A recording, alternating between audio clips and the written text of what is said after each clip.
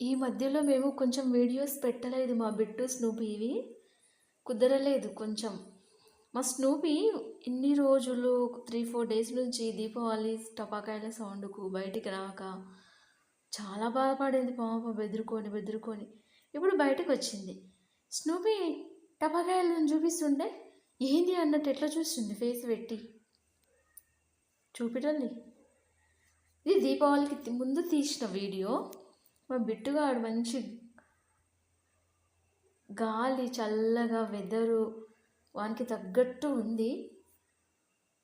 బయట కూర్చొని కంఫర్ట్ డబ్బా తీసుకొని ఇవ్వరా అంటే దాని ముందు గన్మెన్లకు కూర్చొని కొరుకుతున్నాడు అమాంతం. తీసుకుంటానంటే చూస్తాడు ఇట్లా గుర్రుమని.